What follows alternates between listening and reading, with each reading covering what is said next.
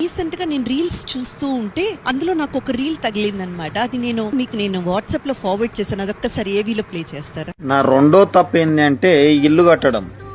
ఇల్లు అనేది ప్రతి పేదోడి కళ ఉంటుంది జీవితంలో. ఒక్కసారి ఇల్లు కడతాం, అందంగా కట్టుకోవాలనే ఉద్దేశంతో ప్రతి ఒక్క పేదోడు ఆలోచిస్తాడు.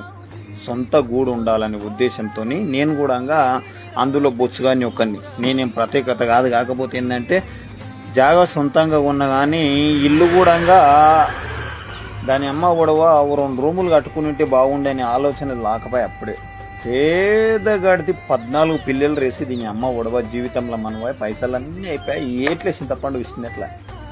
అందుకే మీకు కూడా చెప్తున్నానంటే మన దగ్గర రేకులు వేసుకొని ఇల్లు కట్టుకునే స్తోమత ఉన్నదంటే రేకులు వేసుకొని కట్టుకోవాలి.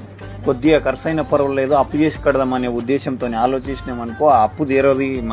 మన జీవితమే సగం సంకనకపోతుంది. ఈ బాకులు మిత్తులు కట్టుట్లా మనవాయి మిత్రుల పీనియల్లా ఈ బాకులే చేయొద్దు. ప్రతి ఒక్క వ్యక్తికి చెప్తా ఉన్నాను.